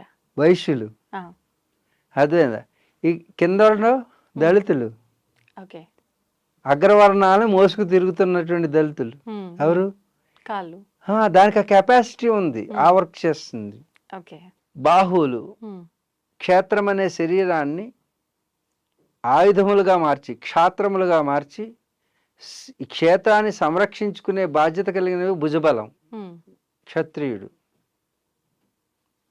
బ్రాహ్మణుడు బ్రహ్మ జ్ఞానాన్ని అవపాసించి కళ్ళ ద్వారానే జ్ఞానం, చెవుల ద్వారా జ్ఞానం, నాలుక ద్వారా జ్ఞానం, స్పర్శ ద్వారా జ్ఞానం, ఈ యొక్క వాసన ద్వారా జ్ఞానాన్ని లోపల పెట్టుకుని పైన కూర్చుంటుంది. వీడు బ్రాహ్మణుడు. ఇప్పుడు చెప్పండి, కులాలు ఎక్కడున్నాయంటే నీ శరీరంలో ఉన్నాయి. నీ శరీరంలో కాళ్ళకి రిజర్వేషన్ కల్పించు ఒకసారి. కల్పిస్తే ఏమవుతుంది? అందుకు రిజర్వేషన్ అడగడం కాదు, మనలో రాజకీయ నాయకులు నీ కాళ్ళు వేరు, చిచ్చిచి అవి బురదలో ఉంటాయి, వాటిని ముట్టుకోకంటే. కానీ ఒక గురువు ఏం చేస్తాడు, నేను వచ్చిన వెంటనే ఎక్కడ నమస్కారం పెట్టమంటాడు? ముఖానికి పెడతావా? అందుకే భారతీయ సాంప్రదాయంలో ముందు సమాజంలో ఉన్నటువంటి దళితుల్ని నమస్కారం చేసుకోండి. ఈ సంస్కారం వస్తే ఈ యొక్క ప్రపంచం విశ్వశాంతితో ఉంటుంది. ముందు ఎవరైతే కష్టపడేటువంటి వర్గం ఉందో, ఈరోజు తిండి అందుతుందంటే మనకి కాళ్ళకి రక్షణ ఉందంటే ఆ రక్షణకి ఏర్పాటు చేసినటువంటి మాదిగా చేసుకునే సంస్కృతి అగ్ర కులాలకు ఉండాలి. కానీ అగ్ర కులాలు ఉగ్ర కులాలైతే దళిత జాతి తిరగబడుతుంది. అదే జరుగుతున్నది ఇప్పుడు ఈ భారతంలో. కాబట్టి చాతుర్వర్ణ్యం మయా సృష్టానికి అర్థం మారిపోయి ఒకరినొకరు అంటే కాళ్ళు నరికేసుకునేవాడు, కాళ్ళు వచ్చి ముఖాన్ని తండడం, ముఖం వచ్చి కాళ్ళని తండడం. అంటే శరీరంలోనే సమాజం అనేటువంటి శరీరంలో 4 వర్ణాల పేరు చెప్పి కాలు వేరు, చిచి అది కింద నడిచేది అని విభజించారు. మన దేశాన్ని విభజించేటటువంటి ఎవరూ రాలేదు. కానీ బ్రిటిష్ వాళ్ళు వచ్చి ఈ జాతి ఎప్పటికీ విడిపోదు కాబట్టి వీళ్ళలో కులాలు చిచ్చు రగలించాలని కాళ్ళని వేరు చేసి పట్టణ వైశ్యులని ఈ ముగ్గురిని నువ్వు మోసుకు తిరుగుతున్నావని కింద ఎక్కువగా లాంగ్ శరీరానికి ఎక్కువ పొడవు ఉండేది అది కాళ్ళు. ఈ జాతిని రెచ్చగొట్టి ఈ పై వ్యవస్థని కూలగొట్టారనమాట. అప్పుడు మనలో స్ప్లిట్ వచ్చింది, తద్వారా వాళ్ళు ఏలుకునే అవకాశం ఉంది. ఇదే విధంగా చతుర్వర్ణాలని విడదీసి మనం విడదీయడానికి లేనటువంటి సనాతన ధర్మాన్ని ఆచరించేవాళ్ళం. మనం అన్నీ ఒకటే శరీరం అనే భావనలో ఉండేవాళ్ళం. అందుకే కాళ్ళకి నమస్కారం చేసే సంస్కారాన్ని నేర్పాము. కాళ్ళకి నమస్కారం చేయడం అంటే నిజంగా కూడా ఈ అగ్రవర్ణాలు దళిత వర్గాల్లో బాధపడుతున్నారంటే అన్టచబిలిటీ, అంటరానితనం. మరి మీ శరీరంలో ముందు ఎక్కడ తోముతావు? ముఖం ఒకటో తోముకుంటూ కూర్చుంటావు, కాళ్ళు కూడా తోముతావా లేదా? అందుకు పైన ఉన్న చేతులు తన చేతలతో కింద ఉన్నటువంటి కాళ్ళని తోముతున్నాయే. అలాగే ఈ సమాజంలో ఉన్నటువంటి అగ్రకులాలన్నీ కూడా కింద ఉన్నటువంటి కాళ్ళకి నమస్కారం చేయడం అక్కడి నుంచి that is the base of your livelihood. నీ జీవితానికి నిన్ను నడిపించేటువంటి శక్తి దళితులని తెలుసుకో. పైన ఉన్నటువంటి అగ్రకులాలన్నీ కూడా దళితులని ప్రేమగా చూడండి. వారికేమీ మీరు వాళ్ళని ప్రేమగా చూసి సమాజంలో భాగంగా చూడండి, అన్టచబుల్గా చూడకూడదు. ప్రథమంగా వాళ్ళకి నమస్కారం చేసే సంస్కారం నేర్చుకున్నప్పుడు సమాజంలో ఈ సంతులత దెబ్బతిందదు. కులాలు జాతులు అంతం కావాలంటే అంతం అవటువంటి ఎవరి కులాన్ని వాళ్ళు గౌరవించేటటువంటి విధంగా గౌరవప్రదమైనటువంటి వృత్తిగా చూడండి. ఇప్పటి వరకు అశ్రద్ధ జరిగింది వాళ్ళ మీద, కానీ ఇప్పుడు చూడండి కొండ ఖరీదు ఎంత అయింది. మళ్ళీ రాబోయే రోజుల్లో మీకు ఉన్నటువంటి స్టీల్ పాత్ర కంటే కొండ ఖరీదే ఎక్కువ అవుతుంది. అలాగే మీరు మొన్నటి వరకు 5 రూపాయలు గడ్డం గీయడానికి ఇచ్చేవారు, వాళ్ళు చులకనగా చూసేవారు. ఇప్పుడు 500 ఇస్తేనే గడ్డం గీయరు వాళ్ళు. కాబట్టి అదే వృత్తి తిరిగి పునరావృతమై అది పైకి వెళ్తుంది, ఇది కిందకి వెళ్తుంది. అందుకే మీకు చెప్పినది ఏంటంటే సైకిల్లో బంధించబడుతూ ఉంటుంది. ఒకసారి పైకి ఇది వస్తుంది, ఇట్స్ కామన్. ఓకే స్వామీజీ, ఇంకొకటి మాంసాహారం అంటే ఎవరి వృత్తిని బట్టి దాన్ని బట్టి వాళ్ళు తింటుంటారు. ఓకే, అయితే చాలా మందిలో ఏంటంటే మాంసాహారం తిన్న తర్వాత ఎన్ని గంటల తర్వాత మనం పూజలు చేసుకోవచ్చు, ఏదైనా పూజ వ్రతం లాంటివి ఉన్నాయి అంటే మెయిన్ అమ్మ మాంసాహారం తిన్న దేవుళ్ళు కూడా ఉన్నారు. మన దేవుళ్ళుగా చెప్పుకునే వాళ్ళు కూడా మాంసాహారాన్ని భుజించినట్టు శాస్త్రాల్లో ఉంటుంది. అవునా? అరణ్యకాండలో చూసినా అక్కడ చూసినా రామాయణంలో కూడా ఉంటుంది. కాబట్టి అక్కడ రాముడు క్షత్రియుడు, క్షత్రియ భోజనం చేస్తాడు. క్షత్రియ హోటళ్ళు ఏముంటాయి? రాజుల భోజనం హోటళ్ళు ఉన్నాయా ఇక్కడ? రాజుల భోజనం అని రాస్తారు కదా. రాజుల భోజనమే రాజులు తింటారు. ఓకే. కాబట్టి రాజుగా ఉండాలంటే, క్షేత్రాన్ని సంరక్షించాలంటే శారీరక దార్ఢ్యం పెంచుకోవాలి. హ్మ్. మానసిక బుద్ధి 2 కలిసి కాంబినేషన్‌కి సంబంధించిన ఫుడ్ తింటారు. అంటే బుద్ధి వికాసానికి, హ్మ్. శారీర దార్ఢ్యానికి. మిలిటరీ వాళ్ళకి పప్పు పెట్టండి ఇంక పడుకుంటారు వాళ్ళు. అవును. యుద్ధం చేసేవాడికి ఏం చేయాలి? సిద్ధం చేయాలి. అంతే. కాబట్టి మాంసాహారం వాళ్ళే. హ్మ్. అలా వృత్తిని బట్టి హ్మ్. ఈ యొక్క ఆహార విభజన జరిగింది. హ్మ్. ఏ ఏ వృత్తి వారు ఏ ఏ ఆహార ఏ కులం వారు. కులం హ్మ్. అంటే వృత్తి. హ్మ్. వారి యొక్క జాబ్. హ్మ్. ఆ జాబ్‌ని బట్టి ఆహారం ఉంటుంది. హ్మ్. అయితే పూజ చేసేటప్పుడు మాత్రం కొంచెం తామసికంగా నిద్ర ఆవహిస్తది. ఎందుకంటే మామూలు పప్పు వాటికి రుచి కంటే కూడా ఇది మత్తునిస్తుంది. డోపమైన్ ఆ! అంటే ప్లెజర్‌ని క్రియేట్ చేస్తుంది. ప్లెజర్. హ్మ్. ప్లెజర్ అంటే చూడు ఆ చిన్న సుఖం కోసం జీవితాంతం కష్టాలు అనిపిస్తారు. అవును. అందుకు చిన్న సుఖం ఆ కాసేపు నాలుక దాకే వరకు హ్మ్. ఆ సుఖాన్ని ఎంజాయ్ చేయడం వల్ల డోపమైన్ రిలీజ్ అవుతుంది. తద్వారా మనకి ఒక డ్రగ్ అంటే హ్మ్. ఏమంటాం? ఒక కిక్ అదేమంటారు పదం సరైన పదం? మత్తెక్కుతుంది. ఓకే. ఆ మత్తు కాసేపు అలాగ తేలుస్తుంది. హ్మ్. ఆ మత్తు కోసమే కదా ఈ గమ్మత్తులన్నీ చేస్తున్నాం మనం. హ్మ్. ఆ మత్తు కోసం, చిన్న మత్తు కోసం. ఆ మత్తునిస్తుంది కాబట్టి మత్తు వేరు, అపరమత్తు వేరు. హ్మ్. పూజకి అపరమత్తు తర్వాత అవసరం. హ్మ్. పూజకే కాదు ఏ పని చేయాలన్నా అప్రమత్తత అవసరం. ఆ! మత్తుగా ఉన్నామనుకో తప్పు చేసే అవకాశం ఉంటుంది. హ్మ్. మత్తులో పడ్డామంటే. హ్మ్. అంచేత మత్తునిచ్చేటటువంటి పదార్థం మాంసాహారం. హ్మ్. అపరమత్తునిచ్చేటటువంటిది శాకాహారం. ఓకే. అందుకు పూజకి మాంసాహారం కంటే శాకాహారమే హ్మ్. మేలు. ఉత్తమం. స్వామీజీ ఉపవాసం. హ్మ్. ఉపవాసం దివ్య ఔషధం అని చెప్పి పెద్దవాళ్ళు చెప్తూ హ్మ్. ఉంటారు. అయితే మనకు అందులో భాగంగా తీసుకుంటే ఏకాదశి ఉపవాసం చాలా మంచిది అని కూడా చెప్తూ హ్మ్. ఉంటారు. ఉపవాసం యొక్క ఫలితాలేంటి నిజంగా? ఉపవాసం అంటే కొంతమంది మొత్తం తినకుండా ఉంటుంటారు. అందులో కూడా రకరకాలుగా చేస్తుంటారు. కొంతమంది పండ్లు, పాలు తీసుకొని చేస్తుంటారు. అసలు ఏ రకంగా చేయాలి ఉపవాసం అనేది? అయితే ఉపవాసం అంటే ఆ పదానికి అర్థం ఏమిటంటే అంటే సామీప్యం అని దగ్గరగా. వాసం అంటే దగ్గరగా ఉండడం. హ్మ్. నేను నీ దగ్గరికొచ్చి ఉన్నాననుకో దాన్ని ఉపవాసం అంటారు. ఓకే. కానీ ఉపవాసం అంటే భగవంతుడికి దగ్గరగా ఉండడం. హ్మ్. హ్మ్. అలాగే ఉపనిషత్తులకి దగ్గరగా ఉండడం. ఉపనిషత్తు ఏం చెప్పిందంటే భగవంతుడంటే సో అండ్ సో అని చెప్పింది. ఆ! ఆ ఉపనిషత్తుల యందు ఉన్నటువంటి విషయాన్ని అర్థం చేసుకొని అలా ఉండడం అని ఒక అర్థం. హ్మ్. అంటే సబ్‌స్టిట్యూట్. హ్మ్. వాసం అంటే టు లివ్. తాత్కాలికంగా హ్మ్. అంటే టెంపరరీ లివింగ్ అనమాట.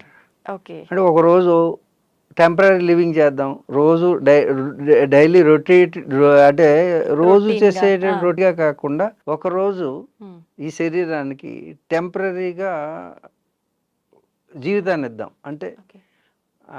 అదొక అర్థం. ఓకే. ఏంటి ముందు అర్థం ఏమిటి? హ్మ్. భగవంతుడికి దగ్గరగా దగ్గరగా ఉండడం. ఉండటం. అంటే సామీప్యమునందు. హ్మ్. భగవంతుడికి సామీప్యం. భగవంతుడు ఉన్నాడని ఆయనలో కాసేపు అలా ధ్యానం చేస్తూ ఉంటే నిజంగా భగవంతుడి దగ్గరికి వెళ్ళినప్పుడు ధ్యానంలో శక్తి మనకి పెరుగుతుంది. హ్మ్. మనం ఆహారం తీసుకునేది దేనికంటే శక్తిని పెంచుకుంటానికి. హ్మ్. ఆహారం అంతా అరగదీసి దాంట్లో కొంత గ్లూకోజ్ చేసి ఆ గ్లూకోజ్ నువ్వు కదలడానికి వీటికి వాటికి ఉపయోగిస్తావు అన్నమాట ఎనర్జీ. హ్మ్. అయితే ఎనర్జీ నువ్వు భగవంతుడు ఉన్నాడని అనుకుని నీ విశ్వాసాన్ని నీ మనసుని కేంద్రీకృతం చేసినప్పుడు లోపల ఉన్న ఎనర్జీ ఖర్చు అవ్వకుండా పోతుంది. ఎందుకంటే ఒక లైటే వెలుగుతుంది. హ్మ్. మొత్తం అన్ని లైట్లు అంటే అన్ని ఆలోచనలు ఉండవు. అందుకు అన్ని ఆలోచనలు ఏకీకృతం చేసి ధారణ చేస్తే దాని పేరు ఆ ధారణే ఒకే వస్తువు మీద ఉంటే దాన్ని ధ్యానం అంటారు. హా! ఆ ధ్యానం హ్మ్. ఎప్పుడైతే చేస్తున్నావో శక్తి విహీనం కావు. శక్తిని పుంజుకుంటావు. హ్మ్. ఆ శక్తిని పుంజుకుంటం వలన ఆహారం అక్కర లేకుండా పోతుంది. నువ్వు మానడం కాదు. హ్మ్. నువ్వు మానితే దాన్ని ఉపవాసం అనరు. ఓకే. కాకపోతే ముందు ఈ సాధన చేసే ముందు నువ్వు మానడం నేర్చుకోవాలి ముందు బలవంతంగా. హ్మ్. హ్మ్. తర్వాత గాడిలో పడిన తర్వాత కొంతకాలం పోయిన తర్వాత నీకు ఆహారం అవసరం తినాలనిపిస్తది. హ్మ్. ఎందుకంటే నీ శక్తిని నువ్వు ప్రిజర్వ్ చేసుకుంటావు కాబట్టి.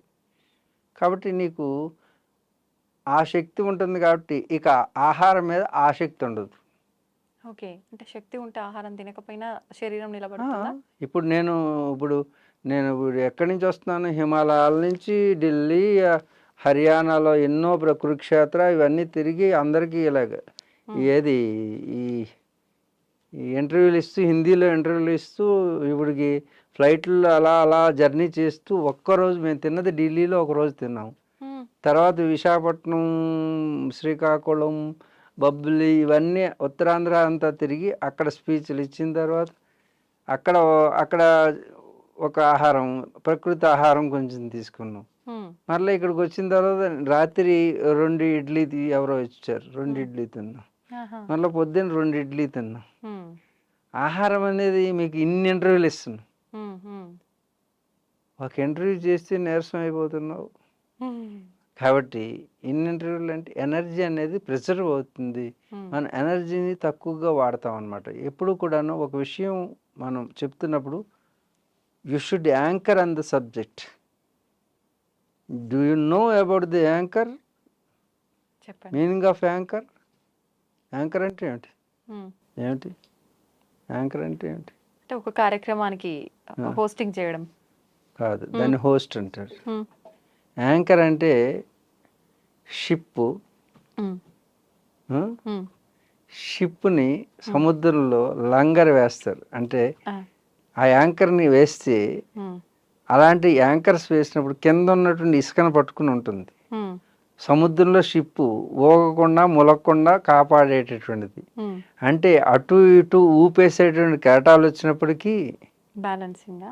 బ్యాలెన్స్ చేసే పాత్రను వహించేది యాంకర్. ఓకే.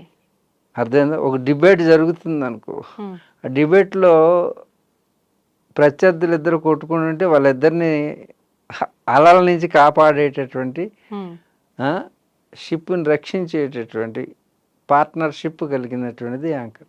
ఓకే. భగవంతుడు. హ్మ్. అలాగే శక్తి అనేటటువంటిది ఎప్పుడైతే హ్మ్. నీ దగ్గర ఉందో నీకు అవసరం ఉండదు ఆహారం అవసరం. ఓకే. సహజంగా ఉపవాసం అంటే భగవంతుడి యందు నివసించడం. హ్మ్. అంటే ఇప్పుడు శరీరంలో నివసించకుండా మన యొక్క మనసు ఎప్పుడైతే భగవంతుడి యందు విశ్వాసంలో నివసిస్తుందో ఆహారం అనేది ఏకాగ్రత చెందడం వలన స్ప్లిట్ మైండ్ లేకపోవడం వలన హ్మ్. ఎప్పుడైతే మనసు పరిపరి విధాల ఆలోచిస్తుందో చాలా నిస్సత్తు వచ్చేస్తుంది. హ్మ్. ఇవాళ రాలేదు. హ్మ్. రాలేదంటే అక్కడికి వెళ్ళిపోయాడేమో, అక్కడికి వెళ్ళిపోయాడంటే అక్కడ ఏమేం చేస్తున్నాడు, హ్మ్. నన్ను వదిలేస్తాడేమో, ఈ పిచ్చి పిచ్చి పిచ్చి పిచ్చి చిన్నది ఆలోచన. ఒక చిన్న సమయంలో ఇన్ని ఆలోచనలు ఆలోచిస్తుంది. హ్మ్. ఈ ఆలోచనలన్నిటికీ ఎనర్జీ ఖర్చు అవుతుంది. హ్మ్. ఖర్చు అవ్వడం వలన నిస్సత్తు వస్తుంది, నీరసం వచ్చేస్తుంది. అప్పుడు పిచ్చి తిండి తింటారు, లేకపోతే తినకుండా ఉండిపోతారు. అవును. ఇది అంటే ఎక్కువ తిండి, ఎక్కువ ఆలోచించే వాళ్ళు ఆలోచన. ఎక్కువ తిండి తింటారు. ఆ! మాటిమాటికి ఆలోచనలు తెలియకుండానే స్ట్రెస్కి గురవుతారు కదా, వాళ్ళకి అన్నం అరగదు, కానీ ఆకలేసేస్తుంది. హ్మ్. ఎప్పుడైతే తిన్నది అరగలేదో గ్యాస్ పుట్టప్ అవుతుంది. హ్మ్. తిన్నది అరగదు, అవును. ఆకలి మాత్రం వచ్చేస్తుంటుంది. హ్మ్. అంచేత ఎక్కువ తినాల్సి వస్తుంది. హ్మ్. ఉపవాసం అంటే భగవంతుడు ఉన్నాడని ఆయన దగ్గర ఉపవాసం ఉండడం వలన శరీరంలో ఉన్నటువంటి యూనిట్ ఓవర్ ఆయిలింగ్ అంటే క్లీన్ అవుతుంది. హ్మ్. ఒకరోజు రెస్ట్ ఇచ్చామనుకో, నీకు ఇక్కడ సెలవు వస్తే అమ్మయ్య అని పడుకుంటావు, అసలు ముఖం కడుగు, స్నానం కూడా చేయి. అంటే ఫుల్ రెస్ట్ తీసుకుంటుంది అనమాట. అవును. అలాగే ఇంద్రియాలు అన్నీ కూడా ఏం చేస్తాయంటే లోపలికి ఏది రాలేదు కాబట్టి హ్మ్. డ్యూటీ చేయాల్సిన అవసరం లేదు, అన్నీ ఒకసారి రిలాక్స్ అయ్యి లోపల మలినం ఉంటే క్లీన్ చేసేటటువంటి అవకాశం. అందుకే భారతీయ సనాతన సాంప్రదాయంలో ఒకరోజు ఏకాదశి 2 వస్తాయి. హ్మ్. అర్థమవుతుందా? 2 ఏకాదశులు ఆహారం మానేయడం వలన హ్మ్. మనకి శరీరం చక్కగా మన రీజనరేట్ అవుతుంటుంది ఎనర్జీ. అవుతుంటుంది. ఓకే. అలాగే ప్రతి అవయవానికి హ్మ్. విశ్రాంతి దొరికి మరింత యాక్టివ్గా పనిచేస్తాయి. ఇక హ్మ్. రెండో ప్రయోజనం అంటే సామాజిక ప్రయోజనం. హ్మ్. శారీరకంగా, మానసికంగా, వ్యక్తిగతంగా లాభం వస్తుంది. హ్మ్. శారీరకంగా కాకుండా సామాజికంగా ఫుడ్ గ్రెయిన్స్ అనేవి ఇప్పుడున్నటువంటి ఓవర్లోడ్ లేదు ఇదివరకు. హ్మ్. పంటలు చాలా తక్కువ పండేవి. అప్పుడు ఈ ఒకరోజు కనుక మొత్తం దేశం అంతా మానేస్తే హ్మ్. అది ఫుడ్ సైకిల్ని పెంచినట్టు అవుతుంది. ఆ విధంగా కూడా మన పెద్దలు ఏది చేసినప్పటికీ సామాజిక ప్రయోజనం, వ్యక్తిగత ప్రయోజనం, హ్మ్. మానసిక ప్రయోజనం, ఆధ్యాత్మిక ప్రయోజనం అని ఇన్ని రకాల ప్రయోజనాలని భారతీయ సనాతన సాంప్రదాయంలో చొప్పించి భగవంతుడికి లింక్ చేసి చెప్పారు. ఓకే. స్వామీజీ, మన ఒక హిందూ ధర్మంలోనే కొన్ని కోట్ల దేవతలు ఉంటారు. ఎందుకని?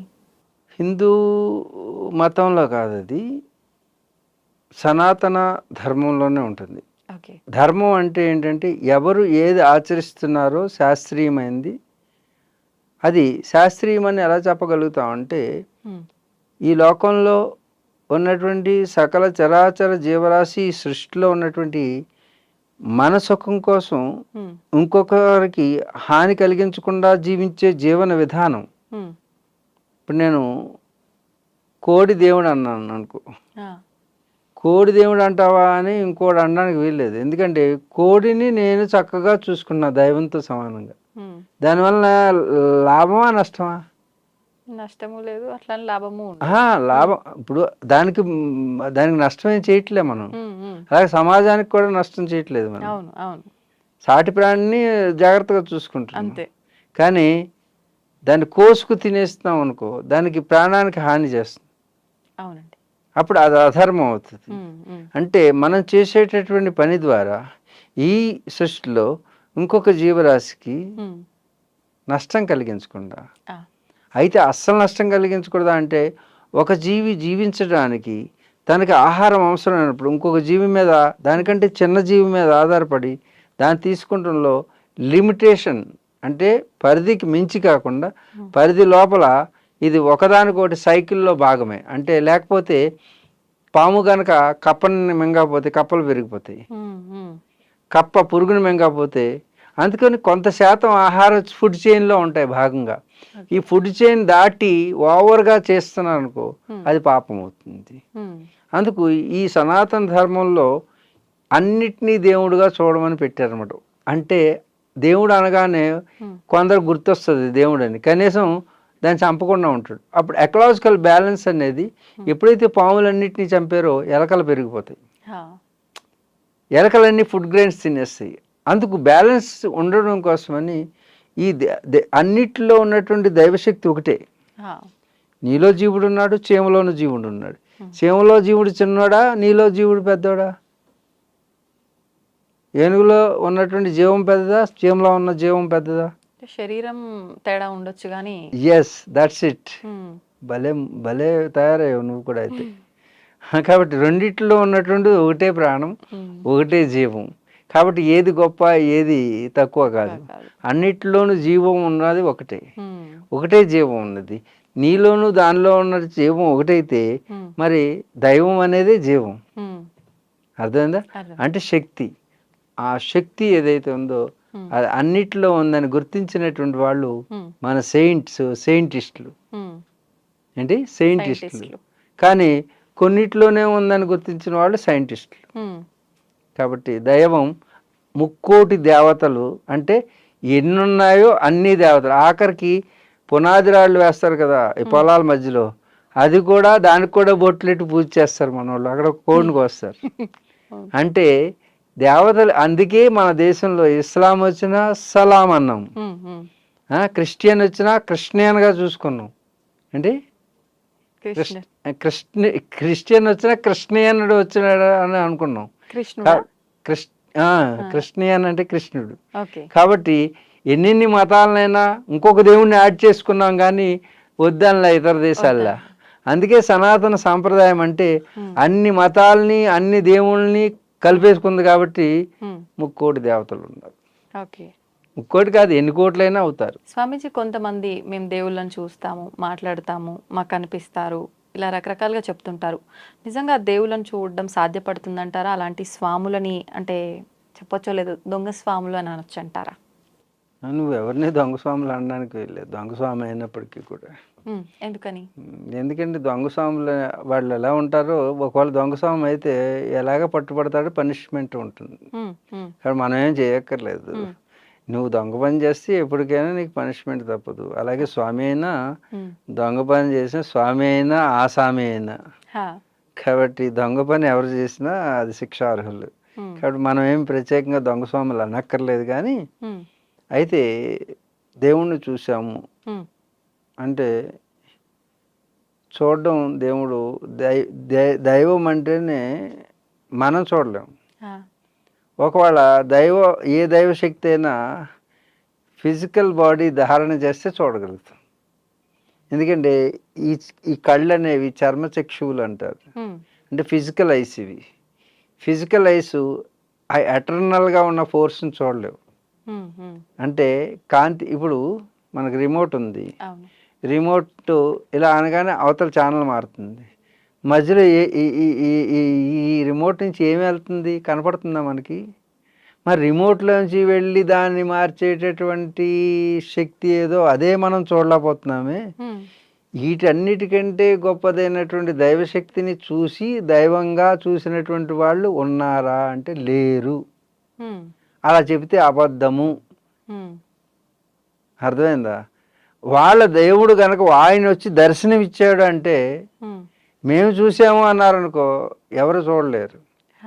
ఆయన దర్శనం ఇవ్వాలనుకున్నాడు అనుకో, ఒకవేళ ఏదైనా రూపంలో వెంకటేశ్వర స్వామి ఏనుగులాగా వచ్చి చెరుగర్లన్నీ తినేసి ఇది చేశాడు అని ఏ కథలు ఉంటాయి కదా, వాళ్ళు వచ్చి దర్శనం ఇస్తే పోనీ ఏనుగులాగా వస్తే వీడు అనుకుని ఉండొచ్చు, ఆ సమయానికి మ్యాచ్ అయి ఉండొచ్చు. ఓకే, ఆయన అనుకోవడంలో తప్పులేదు. పోనీ వెంకటేశ్వర స్వామి వచ్చాడే అనుకుందాం, కానీ ఏనుగులా వచ్చాడు, కానీ మనం అది గుర్తించలేం కదా. నువ్వు చూడలా, ఆయన వస్తే ఆయన కనపడ్డాడు, అంతేగాని నేను చూడగలిగితే చూసేది కాదు. ఎందుకంటే మనకి చూడగలిగేటటువంటి కళ్ళు మనకు లేవు.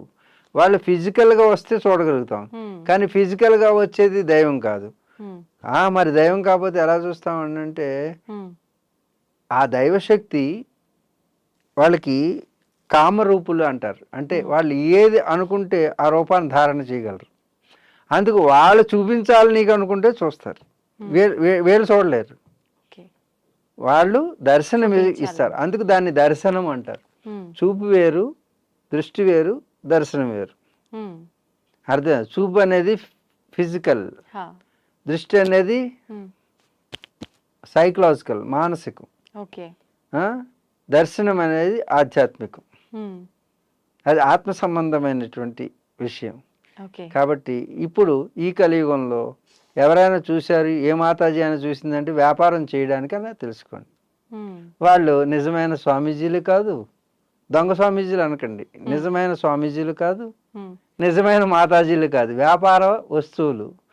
భక్తి అనేటటువంటి వ్యాపారం చేయడానికి, మీ నమ్మకాన్ని అమ్మకాన్ని చేయడానికి చూస్తున్న వాళ్ళు కింద స్క్రోలింగ్ ఇస్తుంటారు. అది దొంగ స్వామీజీలు ఎప్పుడు ఏం చేస్తుంటారు, 4-5 నెంబర్ల స్క్రోలింగ్ ఇస్తారు. నువ్వు అన్నట్టు దొంగ స్వామీజీలు అనకూడదు, కానీ నిజమైన స్వామీజీలు ఎప్పుడూ కూడా ఎవరి నుంచి ఏది ఆశించరు.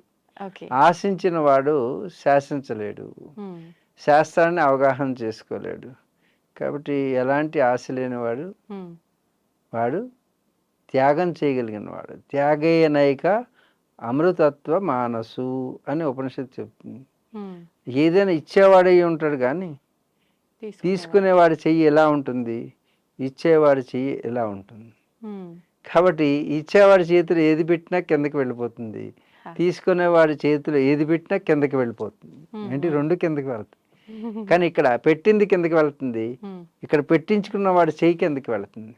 అందుకే ఎవరైనా అభయాస్యం ఇవ్వాలనుకుంటే వాడి చెయ్యి ఇలాగే ఉండాలి, ఇలా ఉండకూడదు. ఎక్కడైనా ఎప్పుడైనా ఏ రూపంలోనైనా, హోమ రూపంలో, యజ్ఞ రూపంలోనైనా ఏవైనా తీసుకుంటున్నారంటే వాళ్ళని నమ్మాల్సిన అవసరం లేదు. వాళ్ళ దగ్గర ఎటువంటి శక్తులు ఉండు, కేవలం వేషధారణ తప్పితే, వేషధారణ భాషధారణ.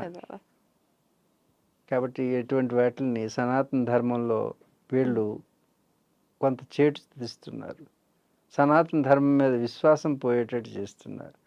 రాబోయే తరాలకి ఇవన్నీ నమ్మశక్యంగా లేవు అనేటటువంటి విధంగా దయచేసి అలాంటి వారు ఎవరైనా ఉంటే సమాజంలో దయచేసి అలాంటి పనులు చేయకండి. మాలాంటి వాడు కూడా బయటికి రావడానికి భయం వేసేటట్టుగా ప్రవర్తిస్తున్నారు. అంటే అందుకే నిజమైన వాళ్ళు కూడా కనుమరుగైపోతారు ఈ ప్రవాహాన్ని పెరిగితే. కాబట్టి సనాతన ధర్మ వారధులుగా, సారథులుగా, భక్తులుగా వెళ్ళేటువంటి వాళ్ళు కూడా గుర్తించి ఎవరు సరైన వారో, ఏది సరైన సాధనో సాధన పేరుతో ఈ మధ్యన కొండలని అని రకరకాలైనటువంటివి. ఏ నిజమైన గురువు కూడా సాధనని ఇలా కెమెరాల ముందు చెప్పరు, ఆన్ స్క్రీన్ చెప్పరు. నిజమైనటువంటి వారు తద్విద్ధి ప్రణిపాతేన పరిప్రశ్నేన సేవయ, గురువుని సేవిస్తేనే ఏదైనా రహస్యం చెప్తారు. అంతేగాని ఈ టీవీలో కూర్చుని అమ్ముకుంటాం వ్యాపారం. అది టీవీలో కూర్చుని 2000కి ఇది చెబుతాను, 1000కి ఆన్లైన్ కోర్సు, ఇది గొట్టాల ద్వారా చెప్పేది కాదు. కాబట్టి ఏ ధార్మికమైనటువంటి శక్తి కలిగినటువంటి వారైనా వారిని ఆశ్రయించి శ్రద్ధాభక్తులు ఎన్నో పరీక్షలు చేస్తారు. అన్ని పరీక్షలు అయిన తర్వాత దానికి నిలబడితే ఒక్క చిన్న రహస్యం చెప్తారు. అప్పటి వరకు నిజమైన గురువులు, నిజమైనటువంటి సాధకులు, నిజమైన స్వామీజీలు సరైనటువంటి మార్గాన్ని చూపించాలంటే వాళ్ళు శక్తిపరులు, యుక్తిపరులు అయి ఉండాలి.